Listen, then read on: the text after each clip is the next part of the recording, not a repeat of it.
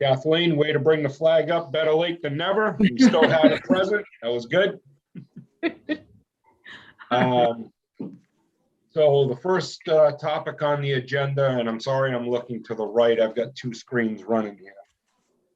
Is the approval of the minutes from January 26, 2022.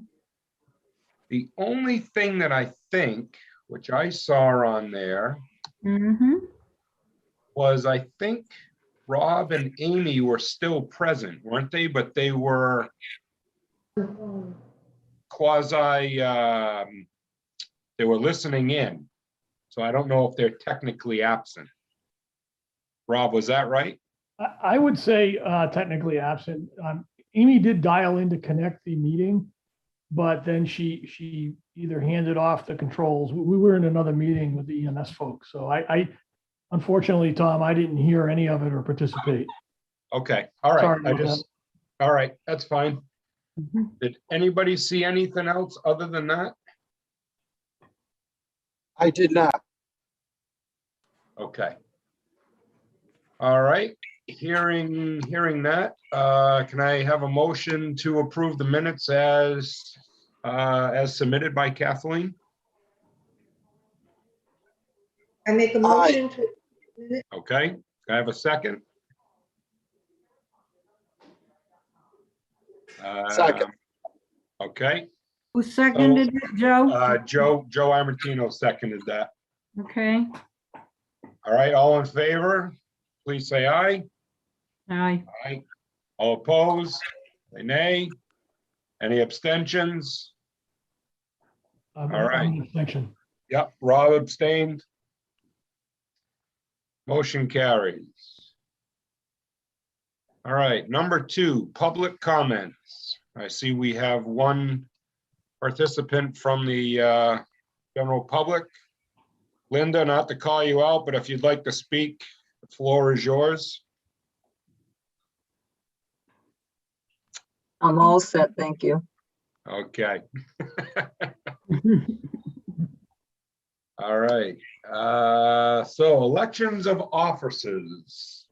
We have 3 positions. We have president, treasurer, and secretary.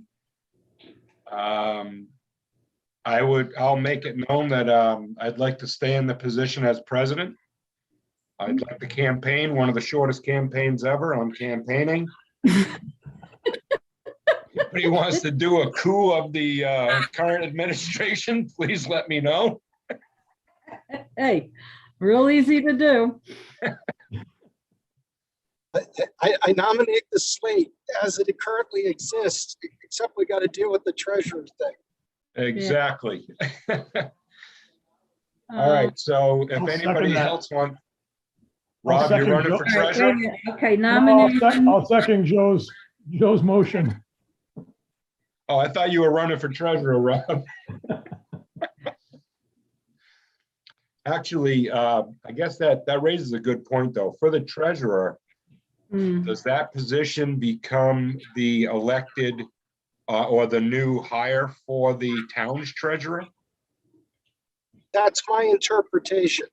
Yes. Does it have to be, Joe? I think if we drag the ordinance out, I think it implies that if it doesn't say it explicitly. All right, so why don't we, how do we handle that then? Would we just approve the slate for the president and secretary?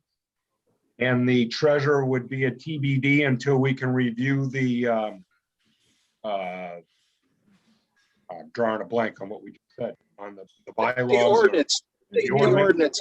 But what you would do, Tom, is I believe we would take it because the finance position is either the finance person themselves or their designee. It's the same as the Historical Society. It's either the president of the Historical Society or his or her designee. So I think it's just say it that way and we could go ahead with the slate. Okay. Kathleen, did you get that? Yep. Okay, so are there any other election of officers or anybody that wants to run for position? Come on, it could be the shortest campaign, even shorter than mine. But if Orla isn't going to be at these meetings until such time as we hire a new one, I would volunteer to act as interim treasurer so that at least the checks, if we need to write checks, can get passed on down to town hall, or someone like Amy could, Yeah, I mean, I would agree because, again, I was gonna say that it could fall back to me, but then there's no check and balance system because I'm the one that has to sign off on it. correct. So I guess hearing Kathleen's option or proposal, how does the board feel about that? I have no issue, as that would be an interim role. Mhm. Great. Bob, Melinda? Fully support. Okay, so let's nominate the slate as is. The treasurer position would be an interim, which the secretary would fill until the town has an appointed finance director. Mhm. And at that time, that role would be assumed by the finance director of the town. Fair enough? Good. Okay. All in favor of, oh wait, I guess I have to have a nomination, I mean, a Motion. motion. I have a motion for what I just said, I'll make that motion, Tom. okay? Can I have a second, please? Second, Thank you, Joe. All in favor of the motion for the election of officers, please say aye. Aye. Aye. aye. Any opposed, say nay. Any abstentions? Motion carries. Okay. Number 4, the financial report. I called Billy, Yep, whatever his last name is there. yep, from Crestwood, Yeah, at Bill- Crestwood. Bill Spencer. Yep, that's it. Bill Spencer at Crestwood last Thursday. And as of Thursday, the ballpark figure of our Crestwood fund was 2.1 million. We had, 2.7 million, 2.7 million, sorry. Oh, geez, you Up just my scared number. me because we're below. Yeah, I our know. Sorry about 2.3. that. It was 2.7 million. Kath, that was a good test to see if everyone picked up on what our minimum Yeah, fund right. was. We were at 2.71 million. We're down around 2.7, rounded 2.7 now because of the market fluctuation. I don't have the other information. I have no access to those other accounts. And I was not given that, obviously I don't have access to those accounts. So Orla would have to, somehow or other, we're going to have to get access to that Webster account.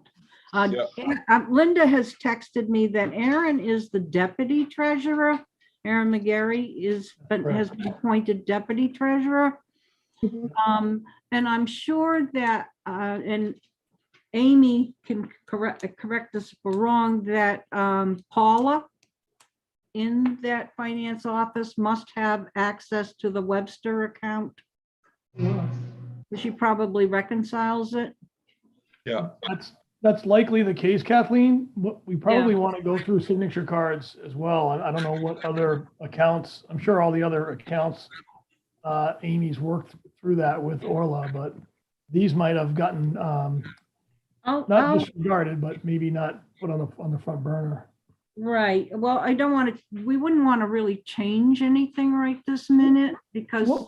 Well, sorry, we would want to at least remove Orla for sure, at a minimum. Yeah, Whether we put right. you on or put her assistant on.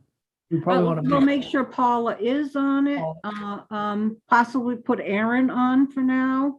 Yep. Don't put me on, but because I don't, but wait until this new person is hired to really change things, but to make sure Paula is on there. But definitely take Orla off of everything. I'll You touch want me, base. you want me to go to the town hall tomorrow and I can ask the questions and then update the group? Yeah, you can do that if you have time. Yeah. Yeah, tomorrow I do. I've got the mornings open for me. Okay, good. Touch base with Amy if she's available. Yep. Okay, thanks. There's a Bank of America account too, I believe. Yep. Yeah, Joe, I was gonna ask you that because the 165 that's in there, and I know this has gone around years and years, that we can't touch this account or get the money out of it, but we continually get an interest check. Mhm. Can you, what's the reason why we can't get this money out? Because of the way it was established after the land and the property was sold up in Minnesota.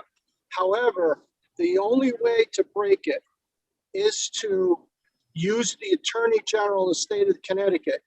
He might have the authority to do it. Previous Attorney General did not want to tackle it, but we have a new one now.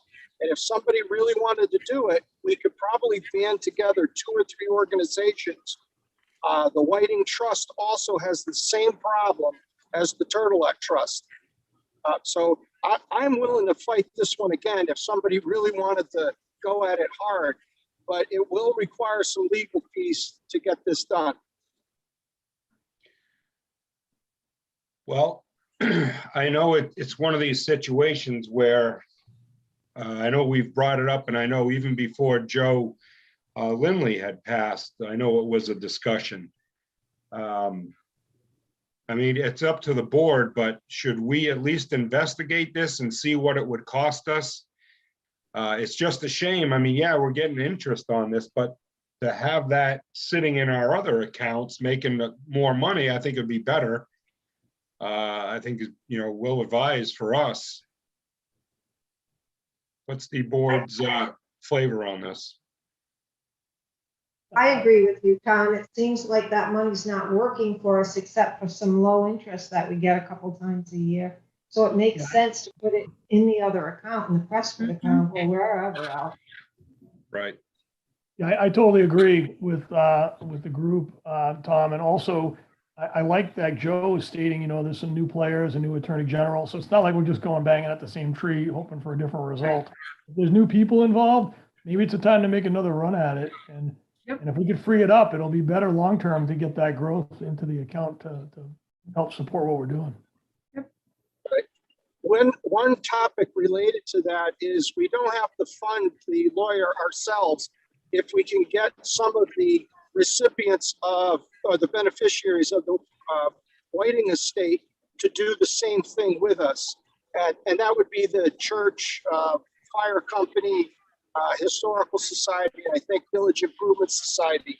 So they all get checks and are, 60 to 70% of the income is chewed up by Bank of America's internal expense and fees.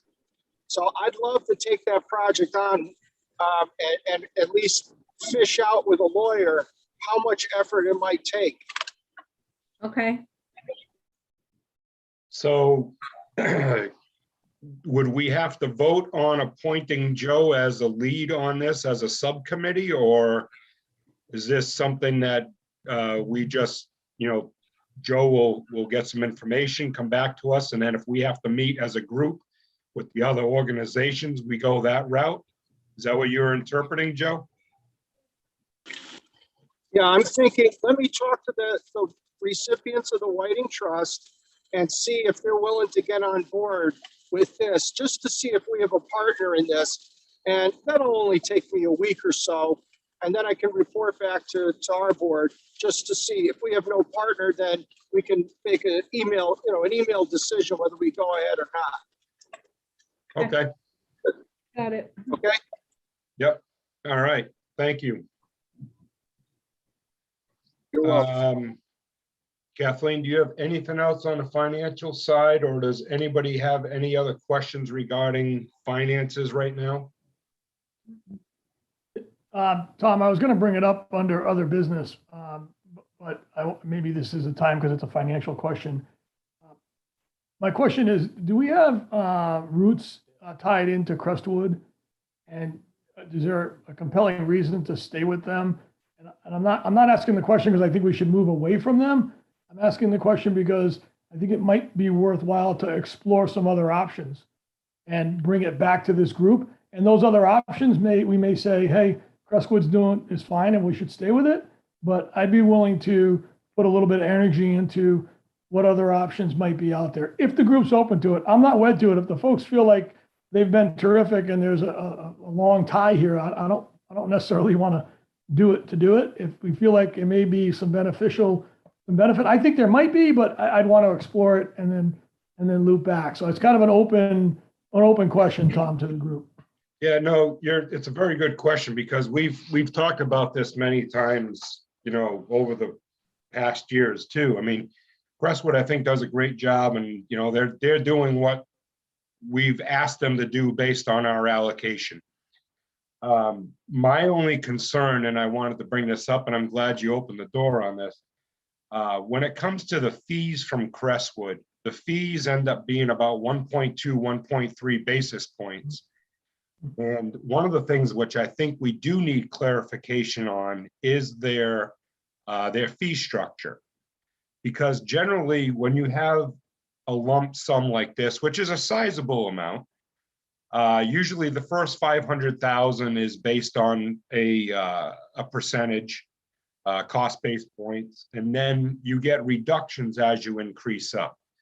So I've talked to a couple brokers just outside of this and just said, hey, if there was, not mentioning the organization or anything, what should a fee structure be on basis points?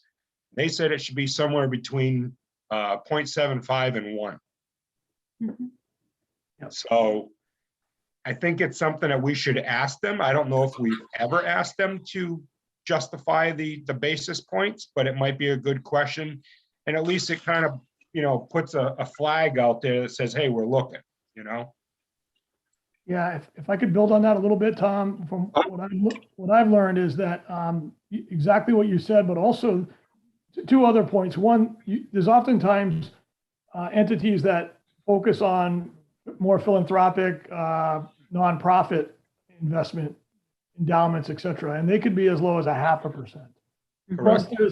Plus there's, so that's roughly 13,000 of available funds, right? And then there's also underlying fees within the securities and the equities that we're investing in. So it's not just the 1.2%, it's that plus what those equities are getting because there's people behind the scenes managing the manager, right? So there's levels of management. So, and then the other item, I don't know if there's anyone here, it's not me, I'm not a investment expert, but I know on other boards I've served, if there's folks on the board that are experienced in these areas, sometimes it's actually, done as a donation, right? Where, Tom, let's just say that was my primary business. It's not, but if it was my primary business, I could raise my hand and say, I'll take care of it. Of course, there's checks and balances, but I would do it for the good of the cause, versus for a fee. I would just do it as part of my overall business. So I don't know if we have that option for sure here, but it's another thing to consider, and it could be meaningful. What I don't want to do is rock the boat if there's like 10 or 15 years of history here that we don't want to, disturb. Yep. I could give you a little insight into this, but I do agree it's probably time we do the review. So I'll say that before I give you the history. The reason why we ended up with Crestwood is at the very beginning, Crestwood doesn't usually handle something this small. For them, this was small. So Rob and Sue Vincent used them. And I don't think 100% of the Vincent monies is in this fund or this group. But they made a phone call on behalf of the trust to say, we would like you as connected because of our Thompson influence to take them on as a client. But time has passed. I think things have changed. It's probably well worth investigation as to see what else is out there. Sure. I mean, Okay. Joe, would that require a call from you so that if that swings back around, they understand, or is that so far gone that it's not necessary? I just don't want to, we're a small town and, if someone's going to be hurt over it, then sometimes it's not worth the benefit. I have no issue. I can call Rob Vincent and just tell him that we're gonna just look around and see how they're doing compared to others. And I think he'll be happy and say, let me know. He'll probably say, let me know how they're doing. Yeah, it's So- just doing due diligence. I mean, you do that every once in a while, just as we go out and look at new auditors, new lawyers, new attorneys. That's just good business. Yeah. And when we looked at their returns against the benchmarks, I wasn't totally pleased. Yeah. Yeah, So, I think it's just a good move to do it. I agree with you. Yeah, so Kathleen, how about if you and I work on an RFP okay, and then we can send it off to the group for input? okay. And then, look, we all have brokers that we know or whatever, and, we can go that route and at least get a handful. Mhm. And then we can narrow it down or just let them present to us. I think it'd be very beneficial. Okay, will do. All right? No problem. Okay. Steve and I are in the process of doing that just because it's time for us to look too. Yeah. Yep. All right. Anything else on the financials? Rob, would you want to join in on the RFP side up front? Or do you want us to just put it together and then you'll review with? I'd be happy to help. Yeah, either way. I mean, I think, I think taking a broad look is probably important. And I think if we can connect through all of our networks, through maybe some folks that do more philanthropic, nonprofit, that might be a great avenue. But again, let's not get to the end point yet. But I'd be happy to help, Tom. I'd be happy to help. Okay. Kathleen and I will reach out and then we'll send off the whatever the three of us come up with. We'll send it to the group for approvals or input. We'll keep it small, then branch it out, and then we'll move to the next step. Okay. Melinda, anything on the finances other than what you've heard? Joe, you're Nope. good? I'm good. Okay. Discussion of future expenditures. Mr. Bill Birch is in the house, seeker of all knowledge and all words of wisdom. Bill, we have no money. You heard we lost money this week in the market, so go easy on And us. let's not forget winder of the clock. Oh, that's right, and the clock keeper. Under the clock. All right.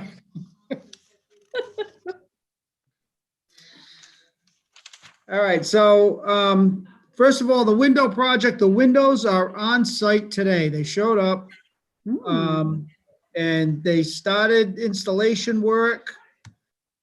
We have a 110-foot lift on site.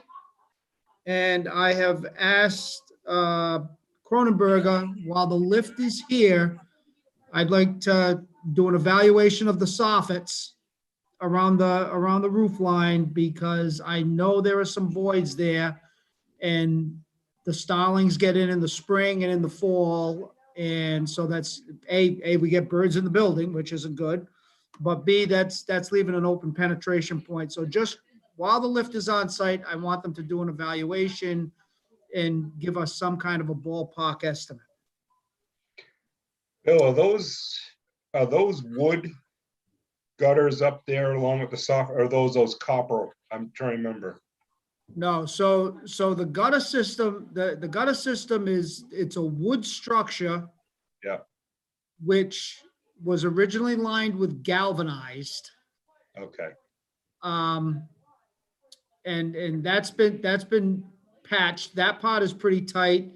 It then turns to copper and comes inside, and there are cast iron rain leaders that run from the third floor internally down to the storm drains. But I think the voids are not the gutters, because we've had the gutters repaired. I think whatever voids we have has to do with the soffit itself. there's probably some voids in the lumber, but there's also an awful lot of molded plaster up there. All the egg and dot detail that goes around the perimeter of the roof line is all molded plaster. And I believe some of that may be the issue. But I think it's just something we need to look at, and as long as the lift is on site, there's no extra, we'll have to pay them for their time to do the evaluation, but the lift is there. Now, would this constitute a change order or another? So there's two ways we could do it. We could do it as a change order, Mhm. or we could pay it separately out of the repair and maintenance money. Well, let's do repair and maintenance, because we have money in that account. Yep. In the Webster account, we have probably just enough money. Well, we have what? We have enough money to pay for the payments for phase 3. And then we have a separate account to pay for the repair and maintenance. What we really need to think about how much money we're going to put into the budget this year, right? I mean, we don't need to do it today, but given that we have to keep 2.35 million and we're now at 2.7, we lost somewhere in the vicinity of 100,000, where we've only got like we don't want to bring it down to the 2.35. I thought from the last meeting, Kath, from the last meeting, I thought we had come up with a number, I think like 107. Wasn't that kind of our requirement or what we needed? No, we had like 380. She had done the arithmetic was wrong. We had like around 380 if you brought it all the way down to 2.35. Yeah, but for some reason, I thought we came up with a number of 107 or 110 is what we were looking to take out of the fund next year, after everything was all said and done with change That orders. was 70, we had 70,000 put away for, I don't have the minutes in front of me. There was 70,000 for a project. Yep. But if you find something wrong with the soffits, that's going to add on to that. So in maintenance, Kathleen, we have a balance of 17,940. Mhm. So there's that money. And then Bill had proposed the Empire restorations. And we didn't know if we were gonna use that money for that. Yeah. So again, just to clarify, Oh, the steps Well, and the platform, they came Yeah. up, yeah. correct, but 22.6. just to clarify, I've only requested them to do this because the lift is there. Understood, but it So should be to done. rent out, and that doesn't mean, it certainly doesn't mean that whatever this comes out to be, that this is a project that needs to be taken on immediately. It's, it's not a crisis situation. It's up to the trustees to decide which projects they want to take on and when they want to take them on. But again, just since the lift was there, I thought it was a prudent time to take a look at it. Okay, It's more informative than Bill at this point, really. You're learning. Absolutely correct. Informative. It could be a small project. You don't know. It could be a big project. It could be. I don't know. well, we should know because you don't want birds. We're getting birds in the building already, or were.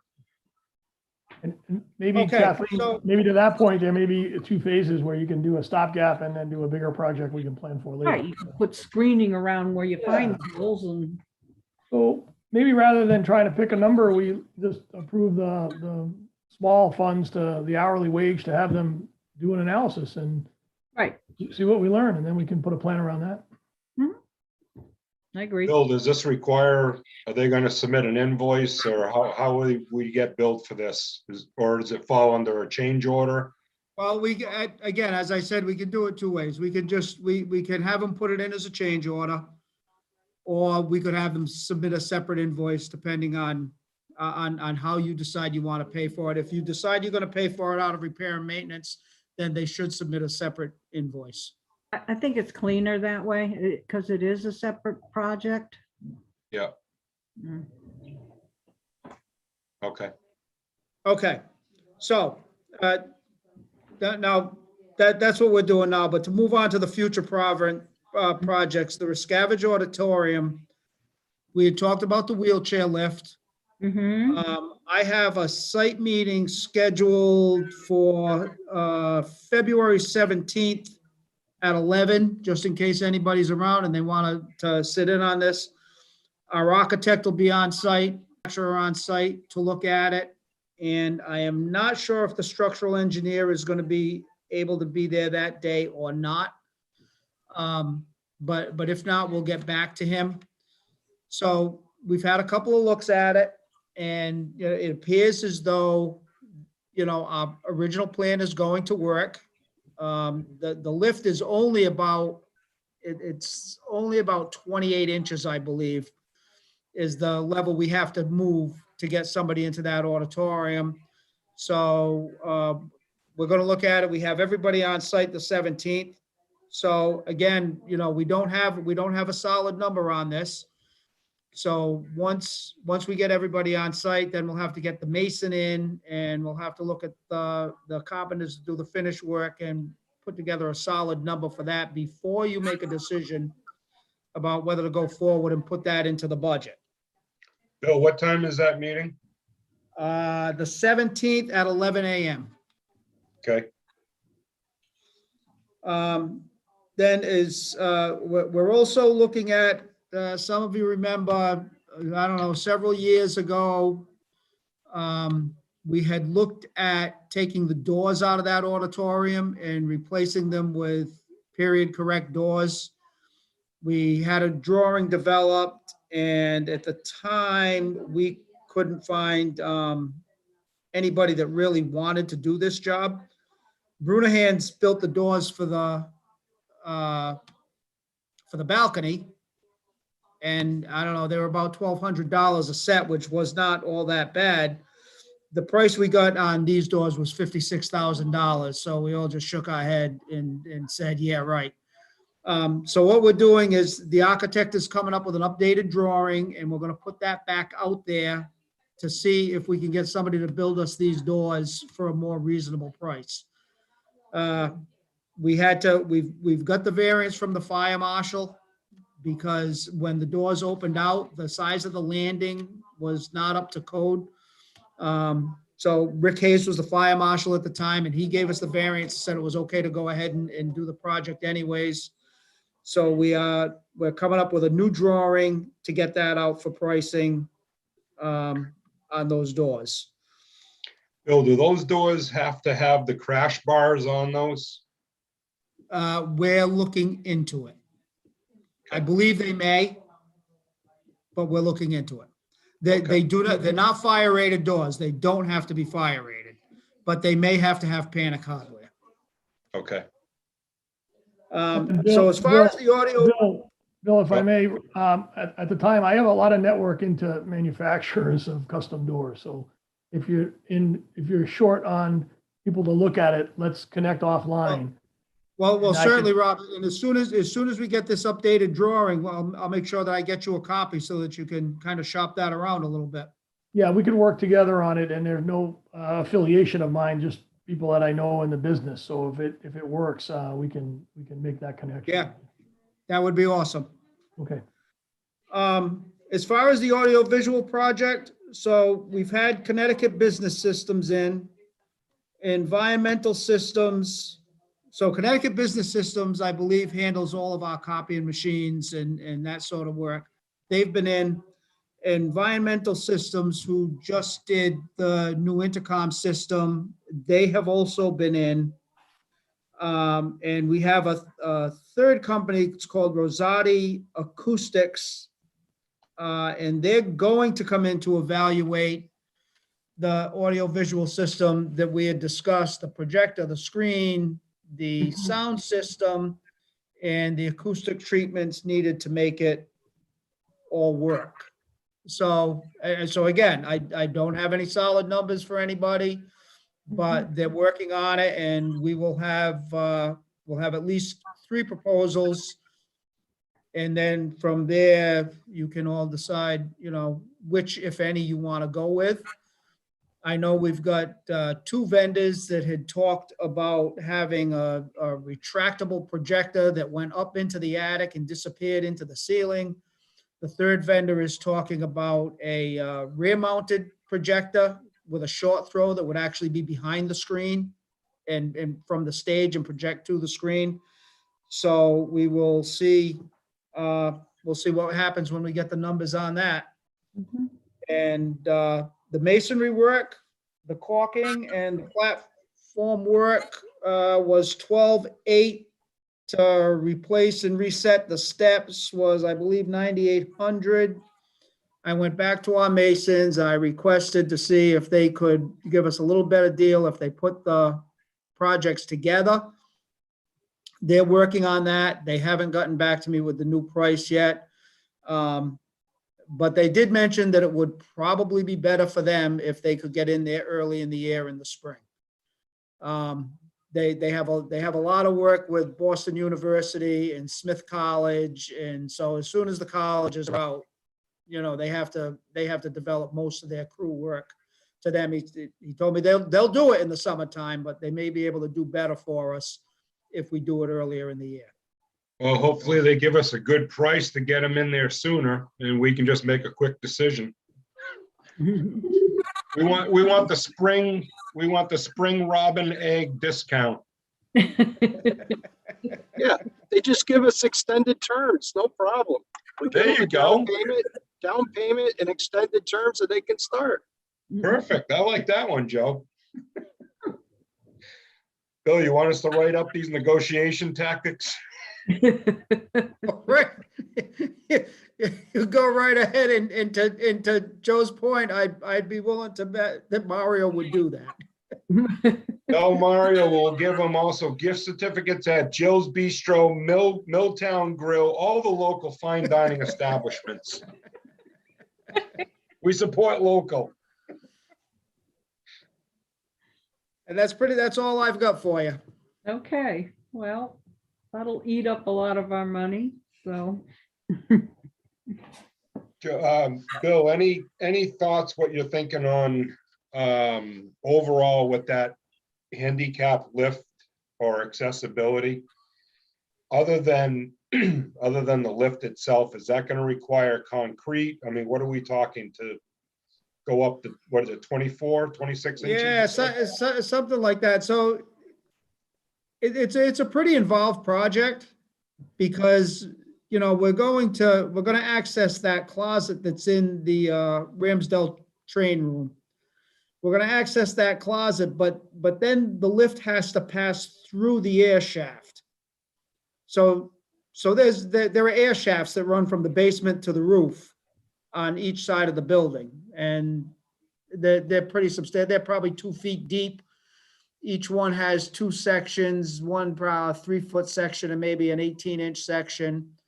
So there's plenty of room, but you have to knock out the masonry on both sides, in the closet and in the auditorium. You have to install a lintel to hold up the ceiling, the rest of the wall. You have to put in, point beams to hold it up while you get the lintel in. Then you have to put support beams across the bottom of the air shaft to support all the structure. So it's a pretty involved project for a very small space. And then there's then there's the finish work inside the auditorium. So, with the architecture of the auditorium, Yeah, you don't really want to yeah. do that and then have like a steel door or glass door. So you want to kind of make it blend in. So stupid question. Have we looked at a ramp as well? Because, I mean, what's the requirement? 1 inch per every foot, right? On a ramp? Yeah. So when Joe was alive, he and I did the math on that, and there's two things. So first of all, it would take up a good portion of that hallway upstairs. The hallway's not wide enough, so it'd have to be a platform, would have to go out and then go to the left or right, one way or the other. So it would fill up that hallway with the ramp. If you recall, there was an incline lift up there Mhm. that we took out when we restored all the terrazzo. We took it out because first of all, it didn't work most of the time. And secondly, it really didn't fit with the architecture of the building. It looked like, somebody had dropped something from the 21st century in the middle of this 19th century building, and it wasn't right. It didn't look right. So See, a I'm ramp, I think a ramp would be the same thing. It would really fill up that hallway. And then if you filled up the hallway with a ramp, Tom, I am not sure where that would put us as far as egress. If the hallway would then be wide enough for adequate egress. Very true, because it is kind of even though it's a landing or whatever you want to call that, it's not really a true foyer. Right.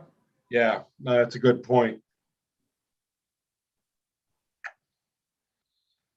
Anybody else from the group have any comments, suggestions, or we just let Bill continue on the exploration and come back to us with more details, I think.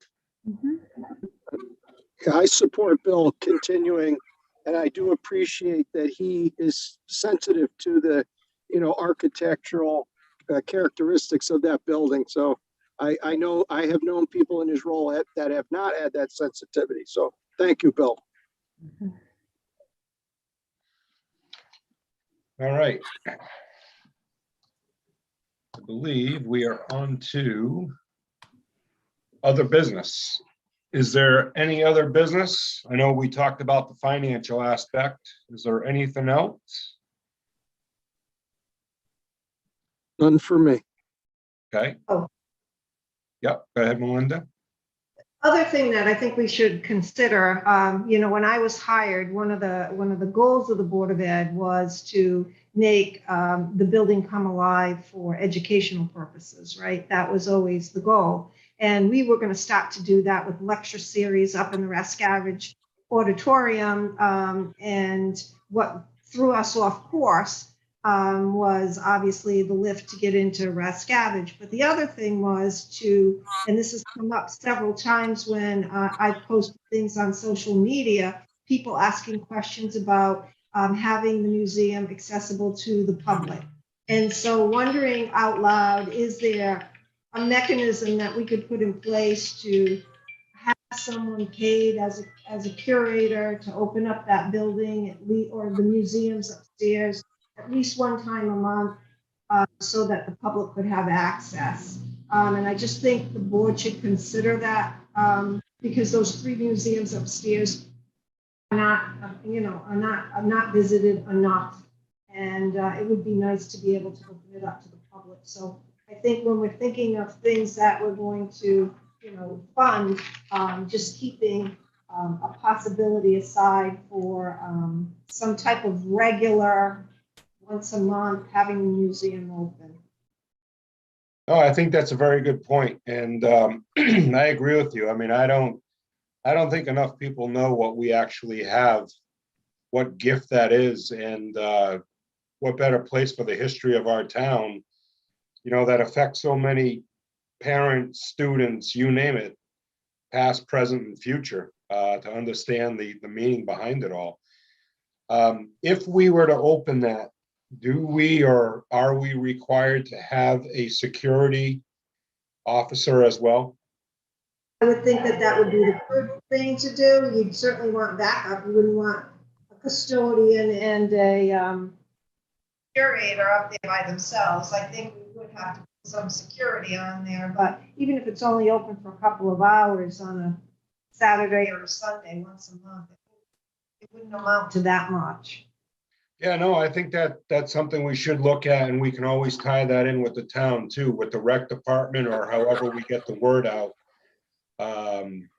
I think it's something we should look at, definitely. Yeah. Melinda, just the way it used to be, let me tell you what it was.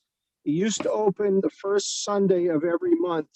And I used to go up there first Sunday, and I had a set of keys and I had the alarm codes. And that's what we did. And we had a pretty good audience once a month doing it. Then everything got locked down. I'm not talking pandemic. Long before the pandemic got locked down, we couldn't have, non-school people in there. But I could very easily staff it every single month, having it open with 2 people. So you wouldn't need a second person for security. We could have 2 curators or docents in there.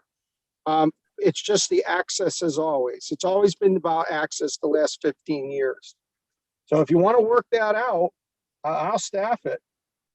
Okay, well, I'll work with Bill, and maybe we can figure out in the Board of Ed, we can figure out how to get that staffed and open. I would love to see that happen, maybe not in the dead of winter, but as soon as the weather starts to break. Right. Okay. Linda, we also, sorry, go ahead, Rob. I'm sorry. No, It Joe was- had the, It was me. I just Oh, wanted to sorry, mention, Joe. it used to be a paid position when Alice Ramsdale did it, and the docent who followed Alice was actually paid by the town to pay that curator. I'm not saying we're going to ask for a penny. I'm just letting you know it was considered important enough to fund it. Wow. Todd, ahead, Rob. I was just gonna add, I toured it with Bill a year and a half ago. I was blown away. I mean, I've been in this town for almost my whole life. And I was a bit embarrassed. I didn't know the depth of what we had there. It's really remarkable. And then the addition of the post office out of Mechanicsville, it's awesome. My question was going to be, and maybe this is for like phase 2, or maybe Joe would know, would this be an opportunity for a little fundraising as well? I mean, would people be willing to give back, the folks that have grown up here and see that, and maybe worth an ask. And if they see and can appreciate the new windows and the new auditorium and all, it's powerful. When you look at what's been done, I think people are more apt to want to give to those kind of causes. But maybe Joe has some experience, or others have experience with that in the past. Well, what I can say is if we do follow what Melinda said, which is a presentation series, we transferred those presentations away from Riscavage over to the library. And we've been doing every other month, we do a presentation at the library, and we get 20 to 60 people for every one, not counting the Zoom. We have put out the donation box. That's the best I can give you, Robert. We have put a donation box for those who physically visit, and some money does come in to just offset expenses for the Historical Society. But where would this money ultimately go? It would go to the trust in this case. I'm very open to putting it out there. Just maybe not a fee, but donate what you can type thing. Exactly. Yeah. Thank you. I think that's a very good point. And Joe, hopefully when we get the sound equipment, we get the screen and all that, we could bring some of these maybe once a quarter that comes back up to the Riscavage area, and it includes part of the tour of all the museums up on that second floor. Yeah, every time we do that, it's always works well when we couple those together. The folks at the Railroad Museum, is it there in New Haven or where it is? When I had contacted them back in the day, they were very interested in doing a series of lectures around the railroads in Connecticut, and what a better place to hold some of those, and people are really interested in that. So and that's where we started to go down the rabbit hole, right? Because then they asked the question, well, is the auditorium accessible? And then, of course, we ended up in a roadblock, and we didn't pursue that. But I know there are people that are interested outside of Thompson that would love to do presentations. That might be of interest. Melinda, the other thing that we could do right now, and I don't know if this is legal or not, but if we were to hold some kind of museum tour, if we made a video link and it was a virtual for those people with disability. At least it was a visible link.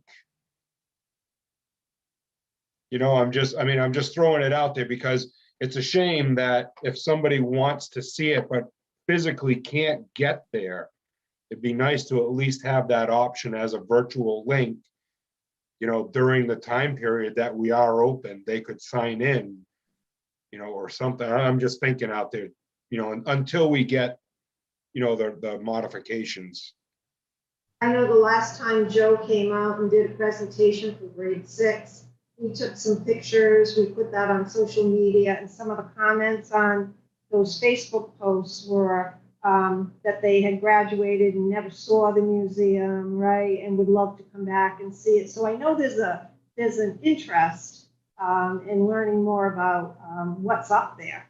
Yeah, anything we can do to kind of get that going, I'd love to see that happen. Yeah, and again, you know, maybe it's something we can also tie in with the Alumni Association. Do one of these, hey, did you know?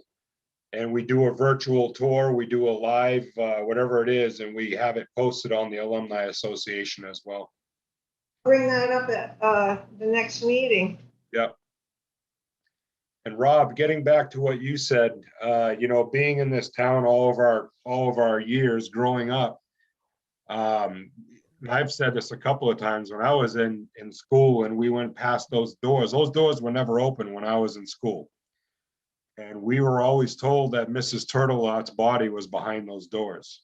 So your point, you know, pretty crazy.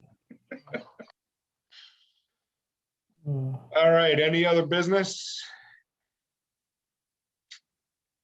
All right, hearing none, do I have a motion for a meeting adjournment? You do. I make a All right, second. seconded by Melinda. All in favor, please say aye. Aye. All opposed, say nay. Abstentions. All right, thank you, everyone. I'll reach out to the subcommittee and we'll be back in touch soon. Okay, congratulations, Tom, on your successful campaign. All of what, 10 seconds, thank you. And you didn't spend a penny. No, it was the most cost-effective campaign ever. Have a great night.